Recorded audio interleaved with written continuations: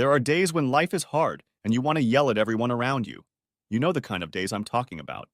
You open your eyes, suddenly realizing you're running late because you hit the snooze button too many times.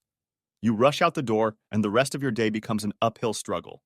My day started out that way, and by the end, it got worse. Much worse. Jillian and I had been married for just under 5 years. We met through friends at a barbecue and hit it off right away. As I learned from Jillian and her friends, she was going through a rough breakup with her longtime boyfriend. I was a pretty good-looking single guy who they thought might be good for her. I was wary at first. I didn't want to be the go-to guy. However, over the course of a few months, our mutual friends kept bringing us together, and we developed a friendship. 6 months later, I plucked up the courage to ask her out, and a little over 2 years after we met, I asked Jillian to be my wife. At the time, I was thrilled that she agreed, and until tonight, I felt like I could sell the air Jillian breathed because I loved her so much. Greg? Jillian asked me as I was polishing my shoes for our going out tonight. Should I choose black or beige-heeled shoes tonight? This is me, Gregory Other, a generally nice guy, a hard-working accountant with his own practice, and right now I feel like the biggest sucker the world has ever seen. You look good in both, I told her. But the black-heeled shoes emphasize your calves much more. They'll draw more attention. Jillian loved to dress up and looked good when she did it right. But she usually had a poor fashion sense. She just didn't know how to combine colors, styles, and shapes. That was one of the things I liked about her. She was always asking my advice, and it was up to me to make her look good. Aside from the late start to the day, it was a busy day at the office. We were doing some audits for a large multinational corporation. There were delays and incorrect information coming in. Mostly they were innocent errors, but the last few spreadsheets we audited looked wrong. My team and I spent an entire day reviewing the data and comparing ledgers. We were annoyed by some of the weird and wonderful things the managers were trying to convey to us. These included going to strip clubs and, in some cases, prostitutes. We also encountered people trying to get people to sign for cocaine as a legitimate business expense. Going through this audit, and on this particular Friday, there were a lot of spreadsheet issues. I was tired and frustrated. To make matters worse, Jillian had been happy and bubbly all week, gushing about today's reunion. It annoyed me that throughout the week, she had paid no attention to my fatigue. In the past, if I had a rough week like this one, Jillian would take the time to listen to me, sympathize with me, and usually show a little love to lift my spirits. But this week, she was so focused on the reunion event that I felt uncomfortable for the first time since we'd known each other. I can't say I liked that feeling, but she was my wife. And if she was happy about something, I tried to be happy for her, regardless of how I felt myself. Tonight was her high school reunion. It wasn't a formal event organized by the school, but rather something arranged by a few people from the class. They had rented a restaurant and then a private area in the club for the alumni and their partners. Last year I went with Jillian, and I have to admit I got a few strange looks at me after introducing me as Jillian's husband, but I had a good time. This year, I wasn't really looking forward to it. Like I said, it was a lousy week. But with my wife's enthusiasm, and as a potential escape from a difficult audit week, I showered and shaved without complaint, put on my best suit, did my hair, and labored to shake up the week to be my wife's happy helper. From the moment we arrived at the restaurant, I sensed something was wrong. Jillian was immediately dragged away by several girls from her class, and I was left standing practically alone. At dinner, we were seated with our friends, Lena and Mark, who had introduced us, and I took almost no part in the conversation, only occasionally asking questions. Jillian continued to act like a happy, simpering person, but I noticed that she rarely spoke to me, and many people, including Lena and Mark, kept throwing glances at me that couldn't be called comforting. As dinner was coming to an end, Lena and Jillian disappeared into the bathroom, and they were gone for quite some time. At the same time, everyone was breaking up to head to the club for a few more drinks and dancing. "What's going on, Mark?" I asked my friend, cautiously approaching him when Jillian and Lena didn't return after a while. "Sorry, Greg." Mark flinched slightly as I rubbed him on the shoulder. "I'm not quite sure what you mean." I threw him an incredulous look. "Mark, I swear." I stopped when I saw Lena coming back, but my wife wasn't with her. She grabbed her husband's hand, trying to avoid my gaze. "Come on, Mark!" "Lena, where's Jillian?" I asked, a note of concern in my voice. She froze for a moment, then looked at Mark. A look passed between them. Then she looked at the artificial indoor plants around the restaurant for a moment. I could see her trying to figure out how to tell me what she didn't want to say. "Sorry, Gregory. We caught up with the band and she's on her way to the club with them." "Without telling me, her husband?" I asked, a note of anger in my voice. Lena, Mark, what aren't you telling me? I asked. Neither of them met my gaze, damn. Without another word, I jumped out of the restaurant, got in my car, and drove to the club where everyone was meeting. The drive was 10 minutes, but I made it in 5. As I walked through the door, I saw her. My wife Jillian was dancing with some guy, and the way she was snuggling up to him told me it wasn't the first time this had happened. I watched my life drain out of me. People from the reunion crowded around me.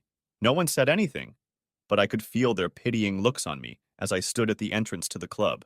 I don't know how long I stood there watching them, but they didn't notice me as they danced. I stood there until I felt a hand touch my shoulder. The touch startled me, and I turned so suddenly I almost punched Lena in the face. This is Jillian's first love, Troy, Lena said, and I couldn't tell if she was happy, sad, angry, or disappointed. They practically grew up together, went to the same kindergarten, were best friends in elementary school, and dated all the way through high school. We all thought they would be together forever until he got a scholarship to a university in the States, and they broke up. Now I knew the asshole's name, knew a lot of his background. Hell, I'd helped Jillian get over the rejection she'd felt when he'd left. They don't look too shattered to me? I muttered. He's been back for a few months now, transferred to the company he works for, Lena informed me without emotion. I turned around to the dance floor. Jillian and Troy were still dancing. Lena kept talking and looking at them, and Mark was standing behind the two of us. They're meant to be together, Greg.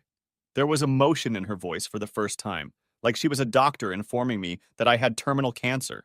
I didn't say anything back. I mean, Jillian was so devastated when they broke up. She loved him so much.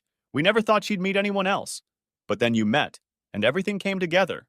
Lena tried to explain, and my fists started to clench as the song stopped. We watched as Troy leaned over and wrapped his arms around my wife's face and kissed her. My fingernails dug into her palm, and blood flowed from it. When the first drop of blood fell from my palm to the ground, I thought the spell between them had broken. Jillian looked around at the people entering the club and met my gaze. With hands clasped together, she separated from Troy and made her way toward me. I hadn't noticed Mark and Lena leave. She approached me as if there was no history between us. Troy was my first love, Greg. We gave each other our virginity. Jillian told me this without any greeting. She just cut to the chase as if I was going to follow her. I stood as still as a statue. When he moved away to get his scholarship, we always said we'd reunite when he came home. I guess he moved home and you reunited, I said sarcastically, the first time I'd said those words since leaving the restaurant. Don't be like that, Jillian scolded me. I realize this is going to be hard for you, but Troy and I are meant to be together. We're meant to be together. I started and immediately stopped. Jillian Bronwyn Anaya, you married me, I exclaimed. I'll give her points for courage. She didn't look away once. I'm sorry, Greg, I really am, but we're going to have to get a divorce. I mean, Troy and I. We're going to get married and have kids. And what the hell have I been? Just your warm spot for the last few years. I was about to yell. A few people around us were staring at us, and the bouncers were looking at us, but not moving. I did, however, notice a guy in love making his way towards us. Greg, you've never been... She stopped. Look, Greg, I love you. It's just that you're not Troy, and our love is nothing compared to what Troy and I have. I watched as Troy took the last dozen steps toward us and put his arm around Jillian, a frown on his face. I take it you're Greg? He asked with a fake note of concern on his face. That's Gregory for your asshole, I replied angrily. He nodded. Okay, hostility, I get it, he said. You're upset because I'm taking your wife. She's going to divorce you, and we've been sleeping together since I got back. He paused, and the look on my face showed I wasn't guessing anything. Jillian went white as a sheet when he said it. She must have hoped it wouldn't come out. Troy didn't know me, so as soon as he realized what he'd said, he pushed Jillian behind him, adopting a defensive posture. Look, Gregory, he said, trying to sound conciliatory. I'm sorry you found out this way, but maybe it's for the best. Jillian tells me you've been a great husband, the friend I couldn't be while I was away. It would be nice if we could all be friends, since we have several groups of friends in common. Not for long, I said, holding my gaze on Jillian for a moment, and looked at Troy again. He turned pale and wanted to say something, so I spoke before he could respond. So, let me get this right, I said, removing all emotion from my voice. My anger was growing by the moment, but I kept it contained for now. Surprisingly, at that moment, the music interrupted, and my voice could be heard throughout the room. Apparently, this little show had gotten everyone's attention because everyone turned to look at us, even the DJ who never started the next song. You two believe you have true love, have fun, and then break up because Troy moves to another country. But while Jillian mourns her grief, she meets me, supposedly falls in love and marries me, and we're happy for a few years. They nod warily, and you can hear a pin drop. Then true love flares up again when Romeo returns to the country, and you two start having fun behind my back again. Obviously, all of our friends know about it, judging by the looks I've been getting all night tonight, and it all culminates in a conversation about my supposed best friend ripping my heart out and holding it high in the air for everyone here to see in one of the most humiliating ways possible. Greg, it wasn't supposed to be, Jillian started to say. It wasn't supposed to be like what? Shouted I yelled back, but no one moved. All week you've been jumping around but ignoring me. Despite my rough week, you demanded that we both attend tonight, and then you ditched me as soon as we walked in the door. You disrespected me in front of our supposed friends and even left the restaurant without talking to me so I'd catch you here. Hey! Tried to say Troy, but I stared at him. Don't say a word, Romeo, I growled. Your true love has shown she's an unfaithful whore. You say you've been having fun for the last 3 months because you're one of the true romantics. Back off.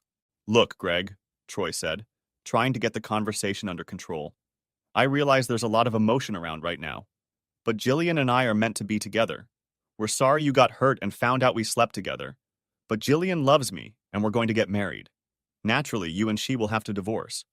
Naturally, I replied indifferently. Look, Greg, Jillian said. I'm sorry, but we've decided that's the best way out. It'll be a quick rip of the Band-Aid. We know it'll hurt, but it's best for everyone. She paused, trying to gauge my mood. She may have been my wife and best friend for the past few years, but I'd always been open to her. She'd never considered me a closed book. Jillian, it's Gregory, not Greg, I replied. She gulped. Look, Gregory, she said.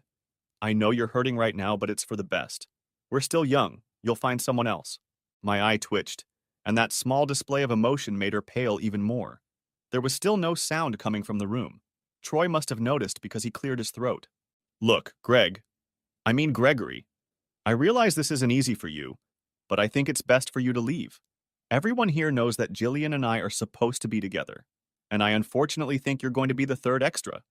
I smiled, and this time half the room looked at me questioning. On that, we agree. He smiled back, thinking I might understand. Okay, now that it's out in the open, Jillian and I will stay away from your house this weekend, and even next week so you can move out. Move out? I asked, tilting my head to the side. Troy gulped. Well, it's Jillian's house. I see, I said, narrowing my eyes. Greg, Ori, my soon-to-be ex-wife said, having a hard time transitioning to using my full name after such a long hiatus. We thought it would be easier for you to move in. The house is perfect for Troy, and I to have kids, and we decided it was too big for you, so we'll figure something out. I see, I repeated to myself, with the last syllable sounding like a snake hissing. No one said anything for a while, and the silence stretched on until the DJ decided it was time to turn up the music, since there was no fight in sight. When the music started, no one started dancing. Everyone in the room continued to watch to see what would happen. Troy spoke loudly. I'm sorry, Gregory, but this is the situation. I know you may not think so now, but don't take offense. He held out his hand. I looked at his hand, then back into his eyes, and that look made him quickly pull his hand away. If he could have looked into my mind, he would have seen me chopping off that hand with the nearest sharp object and then shoving the severed limb into a certain hole. Deciding it was time to leave, I turned and walked out. No one stopped me. The two bouncers on the doors opened and stepped out in front of me.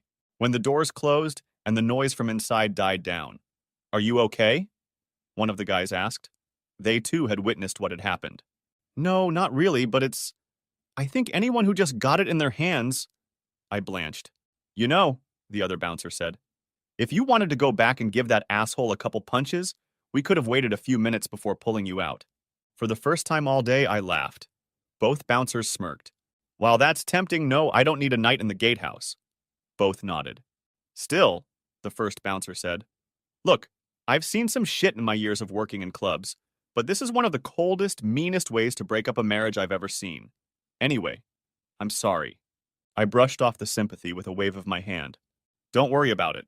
I think I'll just go home, I replied. And change the locks, buddy. Don't let that whore back in the house until you have to, the second bouncer added. I raised an eyebrow and smiled. We talked for another minute and I shook their hands before heading to my car and home. On the way home, I stopped by Bunnings Warehouse. It was getting late, and it was still an hour before closing time. But I quickly bought everything I needed. New locks and deadbolts, some moving boxes and packing tape. Once I arrived home, I got busy changing locks and assembling boxes. A few hours later, I had several boxes filled with Jillian's things before I started to feel the adrenaline of being so completely and utterly abandoned by my wife and supposed friends that I had to sit down. I poured myself a Kraken and Coke and then fired up my laptop. I opened our bank and started doing the usual things you do when you're betrayed by your spouse. I blocked and then canceled our joint credit cards. I opened a new account, then transferred half of our joint savings and vacation accounts into it.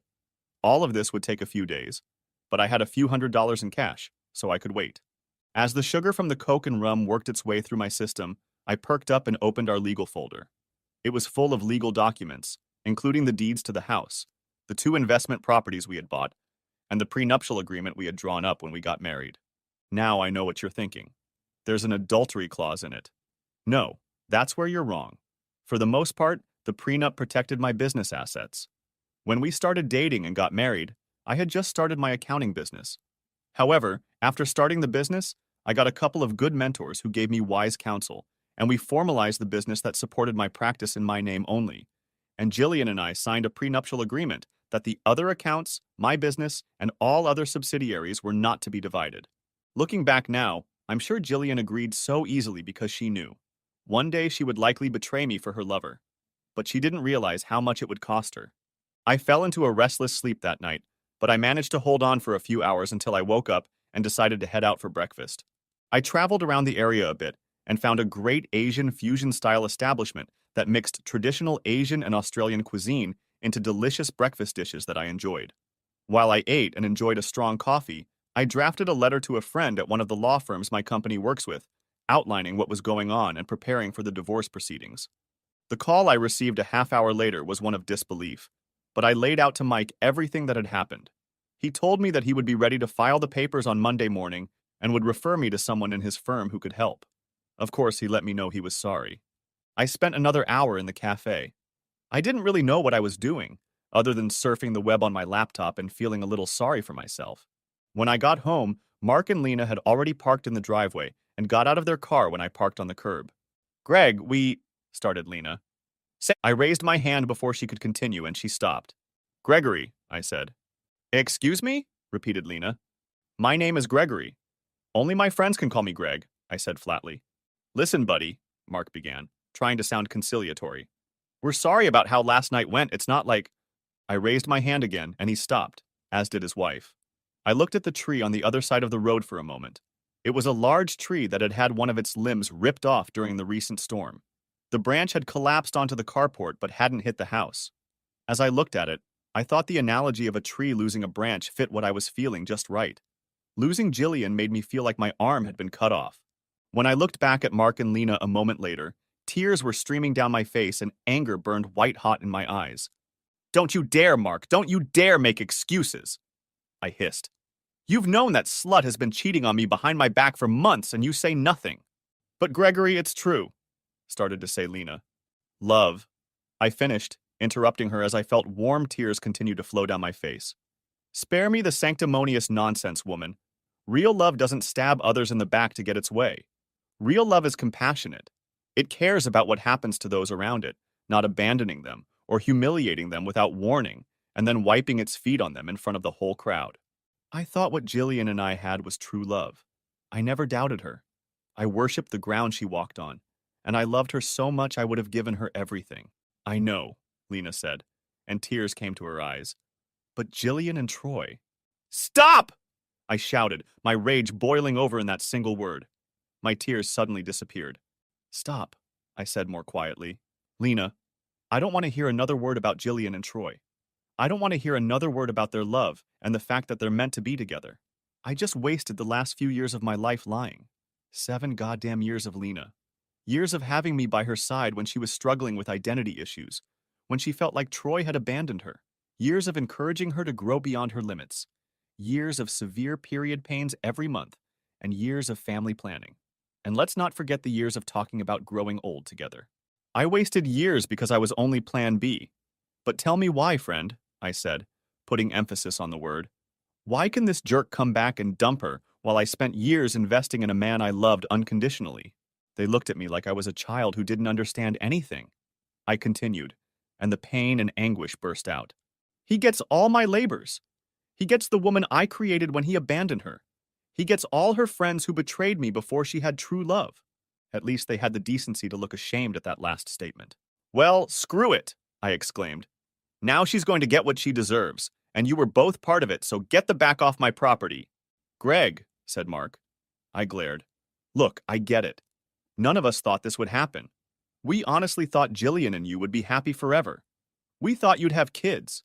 But Troy is back, and we can all see how much they love each other. We know it sucks, but they deserve to be happy. What about me and my happiness? I asked them. What do I deserve? None of them knew what to answer. I sighed. I'll tell you what I deserve. I deserve a faithful wife. I deserve friends who care about me. But I don't get any of those things, so screw you. I don't need your pity. None of you, including this whore, seem to care about me if it conflicts with them. So if I seem bitter, it's because I am. However, put yourself in my shoes, I said. I looked at Lena. Mark, when Lena finds her true love and leaves you for him, you'll understand how I feel. But Mark is my... Mark's hand tightened on Lena's arm, silencing her. All right, Gregory, Mark said. You've made your point, and you don't want to see things from the other side. We're leaving, but as a final friendly gesture, is there anything we can do? I thought for a moment, then looked at the minivan they had parked in the driveway. Yeah, wait here. Over the next few minutes I took out, well, practically threw out several boxes of Jillian's clothes, makeup, and personal items. I tossed the boxes in front of them, and a couple times I could hear the fragile items shattering. I saw them flinch but didn't say anything. I thought about just leaving them in the driveway, but since you're here, you can just take them to the slut's new home, wherever their love nest is, said I. But Jillian said she needs a house and you're going to move, said Lena. I laughed, silencing her before she could say another word. It's not her house. It doesn't belong to her. But it doesn't belong to me either. So she'll know she's out of luck. Tell that whore she doesn't need to come back here. Everything that belongs to her is in these boxes. Also, tell her my lawyer's going to mail her divorce papers on Monday. I've already taken all her stuff and taken myself off the registry, so everything that's left belongs to her. You didn't even... Lena started and stopped. What? I asked. Fight? Hell no. She's in love with him. She cheated on me, and she's been lying to me for years about where her loyalties lie. No, I'll give her what she gets. No more, no less. There was nothing more to say, and I watched them load most of the boxes into their van and drive away. I think they were a little sad. They realized that by supporting Jillian, they had lost my friendship. But if they were remorseful, I wasn't there to see it. That night I got drunk and cried like a baby. I got angry and pounded my fist into the wall. In doing so, I broke the vase that Jillian and I had bought on vacation for our first wedding anniversary. In my rage at being abandoned by my wife and friends, I trashed almost the entire living room. If an item wasn't tied down, I threw it. If it was tied down, I used everything else to smash it to pieces. In the hallway, I punched more holes in the walls. I let the anger boiling inside of me boil over, ripping almost all the doors off the cabinets in the kitchen and even leaving a couple big dents on the refrigerator. I woke up in the morning with a hangover, a headache, bloody knuckles, possibly a broken hand, and scratches all over my arms and legs. I roughly applied a few bandages to my arms and hands, knowing that I would need to take myself to a doctor to get everything checked out. I looked around the living room, noting that I would have to replace almost everything, as not a single piece of furniture escaped my wrath. Along the hallway were unevenly spaced holes I'd made, taking out my frustration on the unsuspecting walls. In the kitchen, cabinet doors were lying all over the floor, and appliances stood in a position that could never work properly. I wrinkled my nose as I looked at the 3 large dents in the refrigerator and vaguely remembered how, at the time, hitting the metal door had given me such pleasure. In the dented refrigerator, I found orange juice that had expired just a couple days ago, so I grabbed a couple Panadol tablets and took a big gulp. After half an hour, the throbbing in the room subsided, and I moved into the living room, sat on the floor between the broken chairs, and stared at the cracked TV. The rest of the day passed like a blur. I took myself to the doctor and had my hands examined. There were hairline fractures on both arms, and they would have to be bandaged for a while to heal. I received messages from several people, including Mark and Lena, but didn't respond to any of them. I ended up going to bed that night with no idea if I had done anything that day, other than stare at the TV and go to the doctor. The next day was Monday, and I went to the office at the usual time. The first thing I did was check my email for Friday and everything that had come in over the weekend, and then got ready for a team meeting at 9 o'clock to plan everyone's activities for the week. I had a team of 15 people, and, for the most part, we worked well together. Around 8:30, my receptionist, an older woman in her 50s named Colleen, walked into the office, took one look at me, pulled out a chair, and sat down. "So bad weekend, huh?" she asked, looking at my hands and ligaments. I hadn't said a rude word to her in the 3 years we'd been working together, but when I looked at her, she sighed. "Gregory, I'm so sorry. It must have been bad. What happened?" she asked. I sighed and stared at the screen for a moment, then took my hands off the keyboard and turned to face the office administrator. "Jillian dumped me for her true love," I admitted in a very inexpressive voice. "What?" exploded Colin. "No, you're making this up. Seriously, Gregory, don't." I raised my bandaged hands, feeling my eyes watering. I shook my head. "It's true," I told her. "We had an informal reunion Friday night. It seemed like all of her classmates knew it was coming, including Mark and Lena. They all knew that Jillian and Lover had been having fun behind my back for months. They just decided to ambush me after finding out about it on Friday night." With those words, I broke down and cried. For the first time since we had met, Colleen came over to the table and hugged me. I told her how I had gotten drunk on Saturday, and in a wild rage had smashed almost all the furniture in the house, putting holes in the walls of at least half the house. I told her how I had taken myself to the doctor yesterday to get my hands bandaged, all the while nursing a century-old hangover. By the time morning came, we both tried our best to dry our eyes. Colin led everyone into our large meeting room just in time, and once everyone was seated, I walked in and sat down. "Hope everyone had a good weekend," I said, getting a few nods around the room, but everyone tried not to look at my bandages. "This week," I started to say, but Colleen interrupted me, this time raising her hand to stop us. "I'm sorry, Gregory, but I can't let that happen. After what happened to you last weekend, you can't pretend like everything is normal," Colleen stated. I hesitated for a moment, and then nodded. Colleen looked at me again. That look indicated that she wanted to bring everyone up to speed, at least in general terms. After a moment's thought, I nodded in agreement, knowing that she would only share what would be helpful. Gregory was betrayed this weekend by his wife and a few friends. Jillian had been cheating on him for the past few months and decided to leave him in one of the most heartless and disgusting ways possible, humiliating him in front of a group of people, some of whom were supposed to be his friends.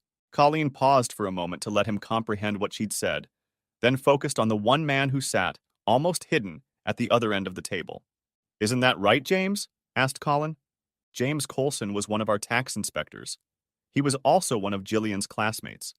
And I realized for the first time that both he and his wife had been there Friday night, watching the scene unfold. James hadn't spoken to anyone in particular since arriving at the office, but when he saw me, he tried to be as inconspicuous as possible. When Colleen spoke, he turned pale. When she called out to him, he tried to squeeze into the chair he was sitting in while all the heads in the room turned to focus on him. He said. "James," Colleen replied in a stern, grandmotherly voice. "Were you or were you not there Friday night?" "Yes, but," James tried to say. "And did you? Or did you not know that your employer's wife was having an affair with someone in your class?" asked Colin firmly. James swallowed. "Be honest, James." James lowered his gaze to the desk in front of him. "I knew," he said very quietly. For a moment, no one said anything. The air in the room was palpable. Until today, it seemed to me that everyone in the room had each other's backs. Almost everyone in the room was bristling, angry notes directed at James. "Okay, James," Colin said after a few moments. "Now, I think you need to leave the room. I think you need to think about your future at this firm, because if we find out that you supported Jillian in any way in the events of this past weekend, you will be summarily dismissed. Do you understand?" He swallowed again, then stood up. "I understand," and tried to leave the room as quietly as possible. No one said anything. For the most part, I'd forgotten that James had been in the room on Friday. While everything was happening, I hardly noticed anyone except the protagonists who were ruining my life. I cleared my throat. "Everyone," I said, trying to bring us back to the current moment. "I'm not going to lie. My personal life sucks, and you can all guess that my weekend wasn't pleasant. I held up my hands to emphasize that. But we all have work to do and clients to take care of. This week, I'm just going to trust that you all have each other's backs, and if you need anything specific, let Colleen know. I'll be here, but if we all get real about what's going on, I'll be confused. So please bear with me. I nearly cried again as everyone in the room began to express sympathy and words of encouragement. One last thing, I said. It's hard for me to say this, but don't crucify James just yet. I realize you're all angry, and James is an easy scapegoat. But let's take some time and get the whole story before we execute one of our own. Everyone muttered, but agreed. Colleen ran the rest of the meeting for me. Then, breaking off the meeting, I went back to my office and stared out the window. A few minutes later, Colleen knocked. Turning to the door, I saw her standing there waiting, with a very grounded James standing right behind her. I invited them in, and James obediently closed the door behind him before taking the seat Colleen pointed out to him. "I think you and James need to talk, Gregory," she said simply. I nodded, settling into my chair while James sat down on the other side of my desk. I continued to stare out the window of my office, a maelstrom of emotions still swirling in my head. It wasn't even 10 o'clock in the morning yet, and I was already looking forward to a drink. James cleared his throat. I shifted my gaze to him, and he lowered his eyes. "So," I said, an accusation in my voice. "Gregory, He stopped, and then laughed for a moment. "Something funny?" asked Colleen with a hint of anger lurking beneath her usual professional manner. James smiled at me, but it was an unhappy smile, sad and full of sorrow. "No, there's nothing funny about this whole situation," James lamented. "My boss has been betrayed, and in addition to my wife yelling at me all day yesterday, I'm about to lose my job. So no, there's nothing funny, but I'm either laughing with gallows humor or crying." I smiled cautiously at the guy. I had always liked James. He was a hard worker, and until this morning when Colleen brought him to my attention, I thought he would stay with us forever. I smiled back. "James, why don't you start at the beginning?" I asked, trying to sound casual and supportive. He nodded, awkwardly adjusting himself in the chair he was sitting in. "I assume you've heard many times about how perfect Jillian and Troy were together in high school?" he asked. I nodded. "Over the past few days, I haven't heard anything but," I replied. He nodded. "I was always a math major in school. I wasn't bullied, but I wasn't in the popular crowd either. However, we all followed Jillian and Troy. They were the king and queen of our year." James looked at me looking for a reaction. "Receiving none," he continued. "When final year was coming to an end and university places became known, we all thought they would go together, but the whole school was shocked when Troy announced he was going abroad without Jillian." He paused again. I nodded. I knew something of the story, and with a wordless gesture, I asked him to continue. "They broke up a week before graduation. Troy went to a few parties, but Jillian never went. I saw Jillian twice during the break between graduating high school and going to university. She seemed broken and withdrawn. Then a few months later, I found out from someone that Troy was living in the States. He had a full scholarship thanks to his family, and there was gossip that he already had a girlfriend." I nodded again. I had also heard it from Jillian when I had helped her get back on her feet while dating. She had cried into my shoulder a few times in the early days about how hurt she was that Troy had dumped her and gotten himself another girl. It was after one of those conversations that Jillian and I kissed for the first time, and I asked her out. After that, Troy became a distant memory to Jillian. That's how it was until recently," James continued, bringing me out of my memories. "I went to university, got my degree, met and married Sherry, and was lucky enough to get a job here." His smile was a little bittersweet. "I was surprised when I found out you married Jillian," James admitted. "To be honest, I was pleased to see how happy she was with you. After all, Troy leaving caused her so much pain, and the fact that she met a good man to help her get back on her feet made me happy at that moment." For a moment, James sank into his thoughts, and I intervened. "So when did you find out about Troy and Jillian's affair?" I asked, surprised at the neutral tone of my voice. I think James was surprised too, as he looked at me a little strangely, but there was no hostility in it. "About an hour before Jillian and you showed up for dinner," he said dejectedly. "A few people from the class were talking. I caught something about Jillian leaving you for Troy that evening, and my surprise was reflected on everyone's faces." I threw James a questioning look. He sighed. "Before dinner, only a few people knew what had happened, but everyone in the class was told that Jillian and Troy had to be together. Mark and Lena took Sherry and I aside and said that's what happened, And while they feel sorry for you, Jillian made her choice, and you're just not a part of her future. I started to object, and then Mark remembered that I worked for you. He explicitly told me that if I said anything to you, I would regret it. He said it would be best if Sherry and I left if I couldn't keep my mouth shut. I looked at James. The guy was really hurting remembering that conversation. I saw an embarrassed blush run down his neck and wondered if his eyes were moist. Sorry, Gregory, we couldn't stay for dinner. Sherry wanted us to stay. She wanted us to be there for you. But Mark and a few of the guys actually escorted us out, telling us to stay away. James, I started to say, feeling guilty in front of the guy. He raised his hand to stop me. I'm sorry, Gregory. I need to finish this. I promised Sherry. I nodded again. I have to admit I was stunned, he continued. I had just been banished from the reunion because your wife was going to betray you, and I was made a fool of.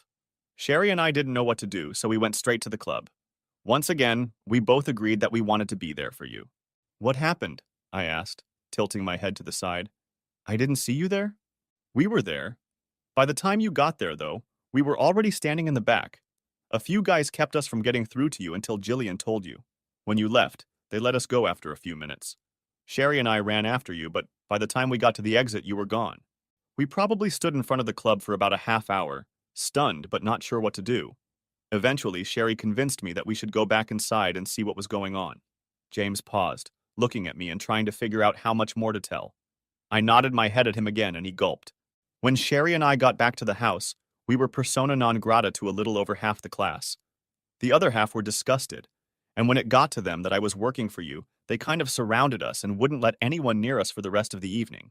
And I started, but couldn't finish. They danced and drank without a care in the world, James said, swallowing, though I noticed his mouth was dry. I'm sorry, Gregory, but they acted like you were nothing. The few scraps of conversation that reached us said that this had been planned for months. It was even worse when the gossip columnist said that Jillian and Troy were planning to get married as soon as they could. James looked at the ground. He clenched his hands in his lap. We didn't sleep well at home that night. Sherry and I ended up fighting over everything last night, even though we were both repulsed by Jillian and Troy's behavior. That eventually led us to this morning and this, James said, pulling a piece of paper out of his notebook and placing it on the table in front of me. What's this? I asked, taking the piece of paper and quickly reading the words. My letter of resignation, he said with defeat. I noted that it was signed and dated yesterday. James, I began. No, Gregory, he replied. It's wrong what they did to you, and I couldn't help you, even though you were a great boss and, dare I say it, a friend. You deserve better than that. Sherry and I agreed that I'd rather resign than have you see what happened to you Friday night every time you look at me. For a moment, we were silent. I looked at his resignation letter again and laughed. Well, it was more like a bark than a laugh. But for the first time, I felt something other than sadness and anger. Colin and James looked at me. I pinched the page in the middle along the long edge and tore it in two. Your resignation is rejected, I said. Behind us, I saw Colin smile. James looked shocked. But Gregory, what? Why? He tried to say. James, first of all, my friends call me Greg. Given what you just told me, I'd like you to consider me a friend. You tried to help and tried to warn me, but you couldn't. They were ready to take you in. But you're here and you're sacrificing yourself because you sympathize with me. If that's not a friend, nothing is a friend. James, I'm hurt beyond belief, I explained. I'm depressed and there's a rage burning inside me demanding justice. But I'm not blind. From what you've just told us, I can see that you're upset too. James nodded. Sherry and I decided it was for the best. I know, I replied. And that's one of the reasons I want Sherry and you to stay with us. For the next half hour we talked. Eventually, Colleen, James, and I walked out of my office, calling everyone back into the conference room. I explained that James had been blindsided almost as much as I had been, and had been ejected from his own meeting because of the two rogues. As I explained what had happened and what I wanted everyone to do, any animosity towards James disappeared, and by the time we all walked out there were sly smiles on everyone's faces. The rest of the week I spent almost all of my time in the office. However, in addition to counseling my staff on what they needed to do, I spent more time spinning the wheels of my divorce. In the end, I didn't end up mailing the divorce. Jillian filed it at work. It didn't matter, as adultery is not a mandatory factor in divorce in Australia. I still made sure that my lawyers, Mike and his assistant Sally, clearly included the adultery statement in the legal documents. After she received the paperwork, I received several calls and text messages from Jillian, which I did not delete but immediately ignored. I assumed they would be angry messages, so I let them build up in my phone. I got busy managing bank accounts, listing assets, checking canceled cards, insurance, and that sort of thing. My team handled the legal paperwork and made sure everything was in order, and Jillian couldn't touch anything. Colleen didn't fail to stop by my house on Tuesday night, and more than once marveled at the devastation in my home. The tears she cried as she went from room to room could have left a trail for Hansel and Gretel to follow. On Wednesday morning, Colleen contacted my insurance agency and began organizing a damage assessment. I don't know how she did it, but by Friday she was able to arrange for the appraisers and crews to clean my house. It was all supposed to start the following week. By Friday night, I was exhausted both physically and mentally. But I still didn't sleep well, so on Saturday morning, when there was no work to do, I got up early and went for a run. I ended up running to our local stores and sat in a cafe, where I happily drank coffee and ate a croissant before jogging home a couple hours later. Back at the house, I was surprised to find Jillian sitting on the steps waiting for me. I hadn't seen her since that Friday when she left me. She was dressed casually, jeans, sneakers, and a plain blouse. But the shirt and shoes were mismatched. It looked like her lover hadn't helped her with her appearance. I stopped halfway up the driveway, and as I pulled out my headphones, I felt a thin sheen of sweat on my body. While I didn't drown out the loud music, the sounds of Anti-Sleep by Blue Stahli were coming out of them. If you ever want some music to help you deal with rage, check it out here. For a while, neither of us said anything. "Greg, it's good to see you," began Jillian. I suddenly spit out a ball of phlegm onto the grass, stopping her half-heartedly. "What?" I replied, pausing for a moment. "Are you surprised that I'm taking care of myself after my whore wife betrayed me in front of a whole group of people? Afraid I'd kill myself because you ripped my heart out without warning? Afraid I might lie in a puddle of my own vomit, drunk because you screwed me up so badly I couldn't function?" I stared at her, and Jillian had the decency to take a half step back and pale slightly. "It wasn't like that, Greg. I never meant to. Hurt me!" I almost yelled at her, interrupting the usual cheater's excuses. She was silent for a moment, then just nodded her head. "Like I damn believe that, Jillian. You purposely, and I mean purposely, lined things up to very specifically tell me that you were leaving me in front of people I thought were friends. You purposely set out to destroy me." She looked down at her feet. "Greg, it wasn't my idea to do it that way," she said quietly. "Mark and Troy thought that if we did it this way, you wouldn't try to resist." I threw my head back and laughed. "You've got to be kidding me," I said bitterly, sitting back down comfortably. "I mean, we've known each other for years, soon to be married for 5 years, and you think that when I find out you're running from me or about to leave me, I'm going to try to fight for you?" Jillian blushed. "But—" "No buts, bitch," I hissed at her. "You gave up any demand for my attention or protection the moment you spread your legs for that asshole. It just took me a while to find out about it. However, now it's out in the open and you can back off." "Greg, you can't talk to me like that. I'm still your wife after all," replied Jillian, anger rising in her voice. "Ha," I said, walking up the driveway again and past her to the front door. I pulled out my keys and unlocked the door. When I walked in, Jillian was about to follow me in, but I held up my hand and stopped her. "You're not invited," I told her without ceremony. "But, Greg, this is still my house too," she hissed. I shook my head. "No, it isn't. And it never was. The house belongs to a trust, and my paycheck paid rent to the trust every month." She looked at me incomprehensively. "Look, Jillian, this isn't your house anymore. You don't live here. But wait, I have a few things for you." And I closed the door behind her. Walking into my office, I sent a quick text to my lawyer to let her know Jillian was here. I grabbed a few things and went back to the front door.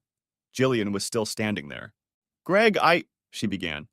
I raised my hand in the universal sign for "shut your goddamn mouth." "First of all, this is Gregory. I told you that only my friends can call me Greg, and you're definitely not a friend." Jillian gulped. "Second," I said, holding out a small folder to her. "Here's a check for your half of our marital assets." Her eyes widened. The impact of the check she suddenly held in her hand told her more than the divorce papers we'd already gone through. "Third, I'm told you have something for me?"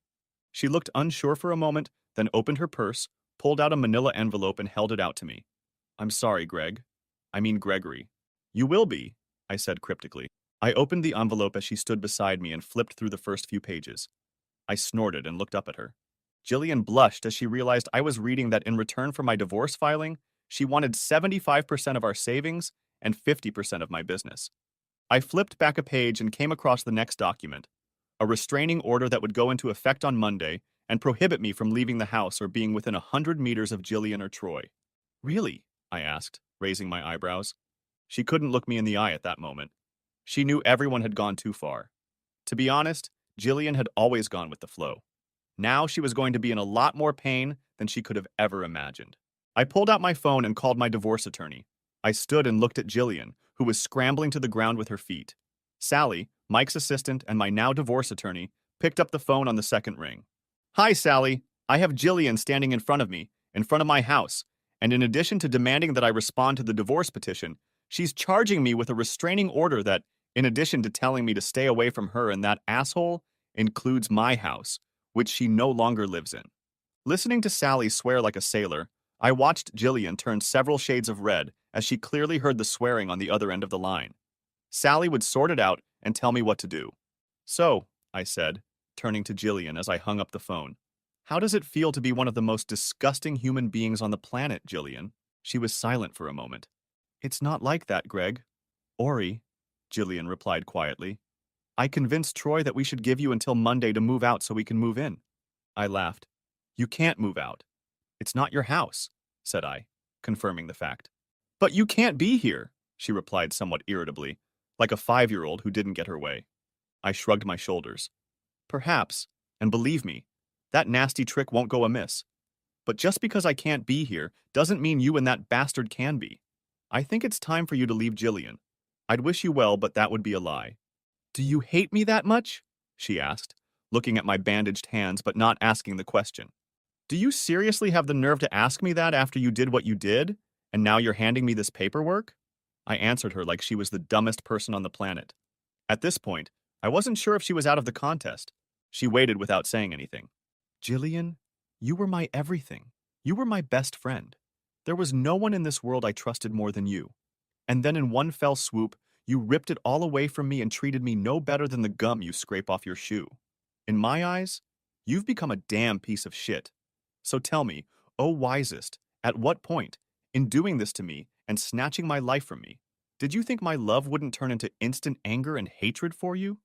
I folded my bandaged arms across my chest. Jillian's eyes widened at the fact that I'd uttered the C word. She'd never heard me utter that swear word before, but for me to use it in a direct verbal tirade addressed solely to her. She scrutinized her hands for a few moments, and then looked up at me. I was hoping... She paused and took a breath. Gregory, you're right. We've had many good years together. But the restraining order is only in effect until the divorce is finalized and things settle down.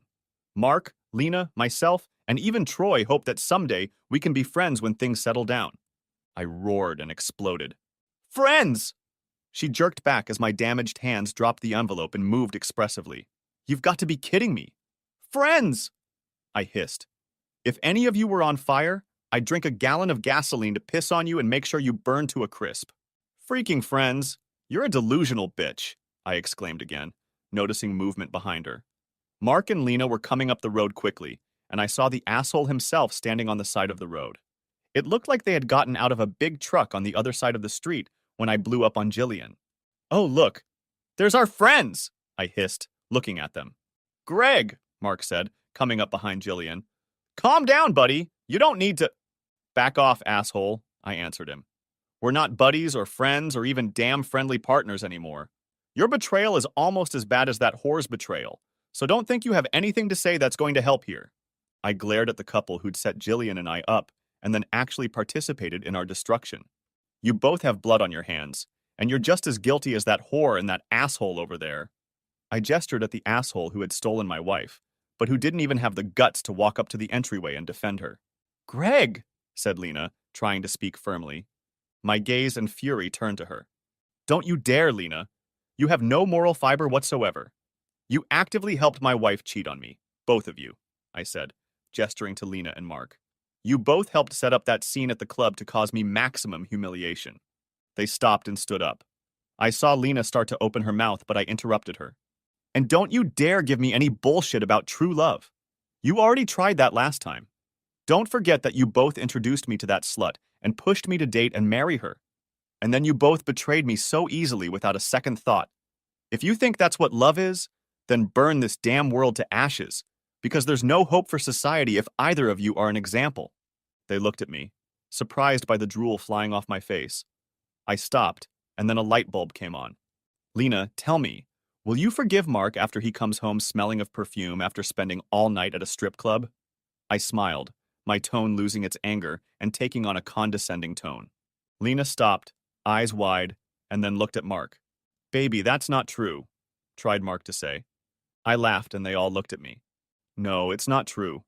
Mark likes to tell the story with the boys that only the front room is the clubhouse. For an extra 500, you can get a special lap dance in the back room." I watched with satisfaction as Mark started to object, but Lena sensed the truth. "Or so he tells us during the golf game." I finished, crossing my arms across my chest again, satisfied with my own pain. Mark took a step back, and a moment later he was running down the road with his wife chasing after him and yelling after him. I looked at Troy. He was staring at the jerk in surprise. Then at Jillian, a smug grin on my face. "Greg," I purred when she said my name. "I mean, Gregory, you didn't have to do that," she said. I grinned and leaned forward. "Don't worry, Jillian." I watched as she perked up her ears, and sure enough, a shiver of worry ran down her spine when I said her name. This is only the first salvo. Mark still has a lot of secrets. And in this story, Mark and Lena will only get a fraction of my wrath. I'll save the rest for those who feign true love. I smiled at her, seeing how this time she physically flinched as my words penetrated her selfish mind. What? What do you mean?" Jillian asked. "Go away, Jillian," I said, changing the subject and not directly addressing her statement. "Tell Troy to come get you. Run away, preferably out of this country with you. Because if you don't, neither you nor he will like what comes next." "Greg, what's wrong with you? Where is the man I love?" she asked, not realizing what she was saying until it was too late. "He's dead. You ripped my heart and soul out of me, and the whole left has spawned something new, something dark and something that will enjoy whatever comes." At this point, she didn't know what to say. I took a dramatic step back and slammed the door shut, letting out one of those chuckles that bad guys in movies always make. 10 minutes later, I looked outside, but Jillian, along with Troy and the truck, were gone. I sat down on the floor, my limbs shaking from the confrontation I'd experienced, and broke down again. I loved her, but I hated her. I wanted to see her broken and remorseful, regretting that she had betrayed me. I sat on the ground and cried for what we once had. I still wanted her to come back, to apologize, to use all the cliches about cheating and come back into my life. Of course, I knew that wasn't going to happen, and even if it did, I would never again be able to accept a single caress without question. The next month was filled with the usual stuff: lawyers, financial disclosures, and figuring out who gets what in a divorce. At work, the staff rallied around me. Colin helped me find a counselor. I met with him twice a week to start working through my feelings. I moved into an apartment for a short time. This was actually a good thing since I couldn't be in a house. Colleen worked with cleaning and construction crews to clear the house of broken furniture and appliances and then repair the damage. Despite her initial statement that she wanted a clean partition, Jillian ended up wanting to fight about a lot of things. First and foremost was our bank accounts. We only had $20,000 divided between 3 accounts, and she claimed that more than 15 of it belonged to her. Next was the house and investment properties. When we married, I already had a house we lived in. I was just too invested in the business. But over the years, we became convinced that was a smart move, quickly paid off the additional loan, and made some investments to purchase 2 more properties. She contributed to some improvements over the years, but all 3 homes were owned by a trust in which neither of us was a direct beneficiary. She tried to fight this with the help of lawyers, who I assume were paid by her lover. But it was all to no avail. All the properties were unavailable to her, and I smiled that she had lost the opportunity to get any return on that investment. Then came the turn of furniture and jewelry. Through my attorney, I learned that all of her belongings were packed in boxes that had been delivered to her. I provided a list, including the shoes, earrings, and necklaces that were in the boxes I had packed for her. My final thought was that Jillian was claiming half of my business, citing that she felt she was owed half since we had been together right after I opened the business. Sally angrily laid out the terms of the prenuptial agreement and even managed to give Jillian a moral lecture, claiming that she got nothing from other accounting. She ended up with $10,000, and I'd say she spent most of that amount on lawyers. I wasn't happy, but it gave me some satisfaction that she walked away with so little, and I got to keep my houses and my business, which were worth considerably more. In addition, Sally had somehow gotten Jillian to give up her wedding and engagement rings. The restraining order was lifted because Jillian had no rights to the house. As it was, she couldn't get into the house since the locks had been changed, and I had a security company drive by the house a couple times a week before moving back in. Once the final terms were set, we only had to wait a couple months for the divorce to become final. There was no word from Jillian. However, James and Sherry had gotten a lot of questions from those they were still socializing with at the reunion, and they both firmly asked everyone to back off. James learned that Jillian and her lover were living in an apartment in town provided by the company he works for. He had rented it for 6 months and then had to either pay for it himself or find another place to live. Putting two and two together, he decided that by getting together with Jillian, he would get a house ready. Too bad, asshole. The next surprise came in August. We were a couple weeks away from the final divorce, and it was tax season in Australia. Accountants have some busy periods throughout the year. For small businesses, August and September are the busiest as they want to get their taxes and refunds done as quickly as possible. We haven't done a lot of small business taxes, but we have done some services for friends over the years. I was surprised to see one of these entrepreneurs waiting for me on Tuesday morning. I never thought I would see their faces. Gregory, come on, you have to help me, pleaded Mark, sitting at a table in one of our meeting rooms. Lena sat next to him, eyes downcast. At a glance, I realized that their relationship was quite strained, which I assumed was a result of our last meeting. Why? I asked, savoring their discomfort. Sitting next to me was James. James and I had spent the last few years doing taxes for Mark's import-export business. It was a tough job, making sure the returns were filled out correctly, offsetting and reducing income. We were paid well for it, and Mark could have gone to another firm, of course, but it would have cost him a lot more, and it would have taken a few years for another accounting firm to recognize his business. Really? Are you really going to make me beg for Greg Ori? Said Mark. His voice was pleading. I laughed. James smiled. Begging would be nice, but ultimately futile. I'm wondering why you're here. After all, you all planned to humiliate me. You made excuses and didn't care about my feelings, while you all cooed and made love noises to Jillian and asshole, telling me to get a grip. Well, I got over myself and decided I wanted nothing to do with any of you. You can't believe that choice? For a minute, no one said anything. You know, you were right, Lena said quietly when no one said anything. I raised an eyebrow in response to her words. What do you mean? I asked.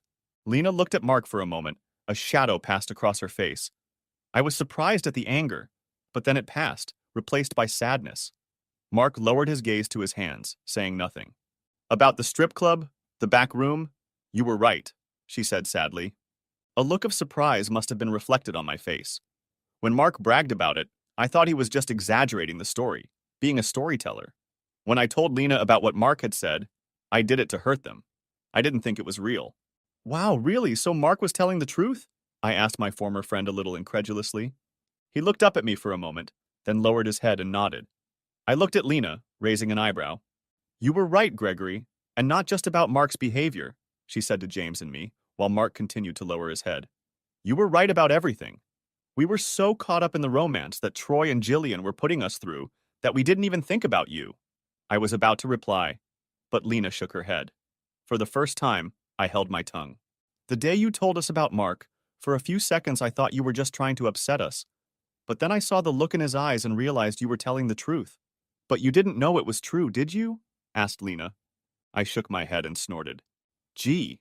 She paused, then looked at me, and I was surprised to see sadness in her eyes, and directed at me. I think we all knew you were going to hurt Gregory. When he came back and then a few others told us about it, we all knew it was wrong, but buried ourselves in the illusion that it was true love and lied to ourselves that it was right. It turned out that some of those who spoke out more harshly, like my husband, she said bitterly, they soothed their consciences by telling the rest of us that everything would be okay to cover up their own cheating. I looked at the broken couple. Mark couldn't look either of us in the eye, and Lena was on the verge of a breakdown. So what now? I asked simply. Lena grinned bitterly. Now, let's just say our crows have flown home. We've hurt those we loved, and my own marriage hangs in the balance. I don't know if it will survive. I looked at Mark, who didn't say anything. I knew he was listening, but he couldn't lift his head. If this was guilt they were trying to use to make me feel sorry for them, they were wrong.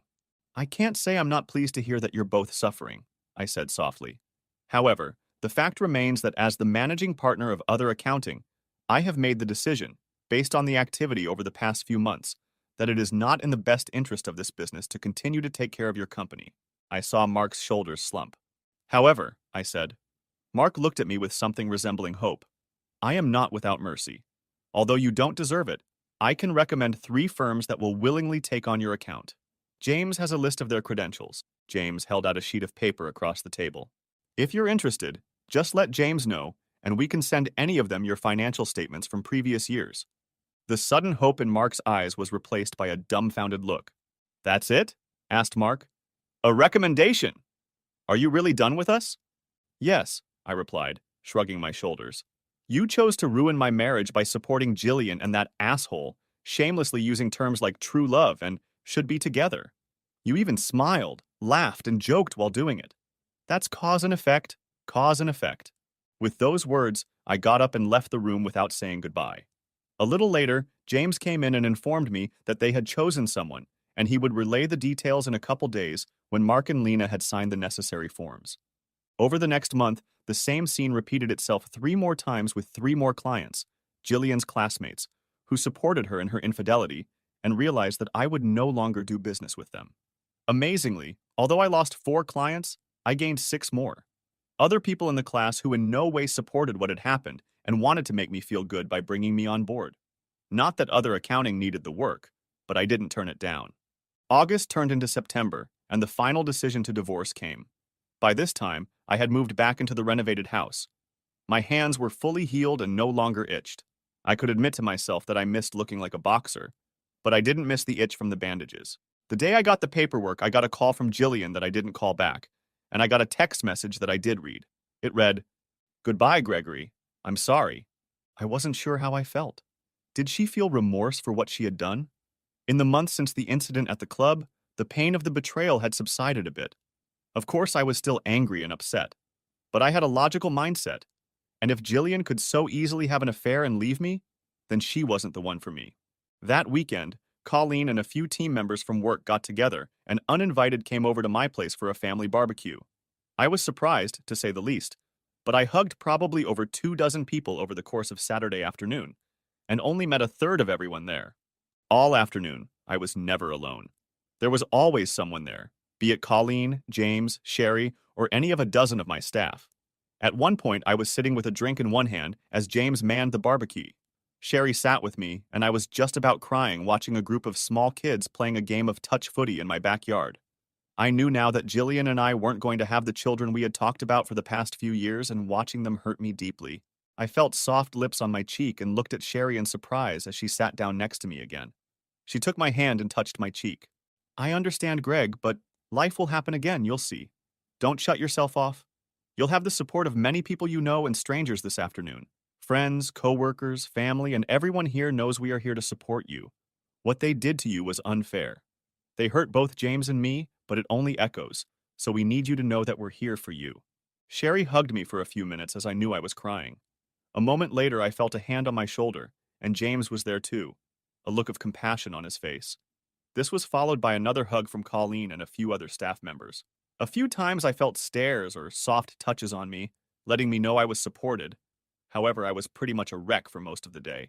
But not once did I feel uncomfortable. The following week at work, I felt much better. The staff noticed that I was smiling and even exchanged a few jokes, which hadn't happened in quite some time. At the weekly staff meeting, I thanked everyone for coming in and helping me, naming James and Colleen, and giving special mention to Sherry for showing me that there is life even after betrayal. We also had 3 new clients that week, 2 of them very large corporations. It turned out that we were recommended by one of our old clients. The corporation needed an external, in-depth financial analysis, and we were recommended. We divided up the workload, and for the first time since Jillian left me, I decided to do a forensic audit of one of the companies. It was a good job, we had a 3-month window to get results, and we took it on. In the evenings, I got into a routine of cooking dinner and working out. I knew I could quit my job or worse, drink, but I wanted to rise above the betrayal and find life again. Thanks to Colleen and the staff at the center, I had hope of becoming more than just another divorce statistic. It was Thursday night, 2 weeks after the barbecue. I was cooking myself a quiet dinner of lamb cutlets and gnocchi with apple mustard sauce when the doorbell rang. Having just finished cooking, I threw the tea towel I was using on the table and went to the front door. When I opened the door, I was stunned. There stood a beautiful blonde woman just over 5 feet tall. She looked nervous, but before I could greet her and ask how I could help, she stepped towards me, pulled me down by my shirt, and kissed me. For a moment, I was shocked, but her lips were soft and supple. I could taste the mint in her breath, and before I knew it, I was already kissing her back. Her arms wrapped around my waist, and I pulled her to me without thinking, our lips never parting. It may have lasted 30 seconds or 30 minutes. I have no idea how long we kissed, but I know it felt amazing. When we parted, I looked into the face of the stranger I had just kissed and was surprised to find a trace of tears in her eyes. Before I could say hello, however, she pulled back and slapped my face. Not hard, it was more of a gesture, but it was a slap nonetheless. I stood there in shock, and I know it was reflected on my face. The woman's face was mournful, but at the same time full of compassion. "I'm sorry, Gregory. That wasn't the best way to say hello," the woman said. Her voice sounded sultry, yet firm and demanding, like a young Helen Mirren. I tilted my head to the side, looking at her and wondering who she was. "Sure," I said, leaving the question unanswered. The woman smiled. "Rebecca," she said simply. "Rebecca," I repeated. For a moment, neither of us said anything. "So, Rebecca," I said, looking at her questioningly, "what brings you to me tonight?" She smiled wryly. "You," she said simply. "I suppose I should have guessed that from your greeting. But why did you come to see me?" I asked, smiling with the corners of my lips. She looked like a little kitten playing with a new toy. "Because you need me to be here," she replied, smiling as well. "True," I replied. "So tell me why I need you?" I mean, I enjoy kissing a beautiful woman as much as any other man, but to follow it up with a slap on the wrist when I have no idea how I insulted such a gorgeous creature after such a kiss is baffling to me. Now I saw the amusement in her eyes. "Do you think I'm beautiful?" she asked. I nodded. "And gorgeous," I added, repeating my words. A smile spread across Rebecca's face, and I was blown away by a woman I'd known for less than 5 minutes. "Thank you, Gregory," she said, then blushed and lowered her eyes. "Does something smell nice?" she asked, sniffing the air.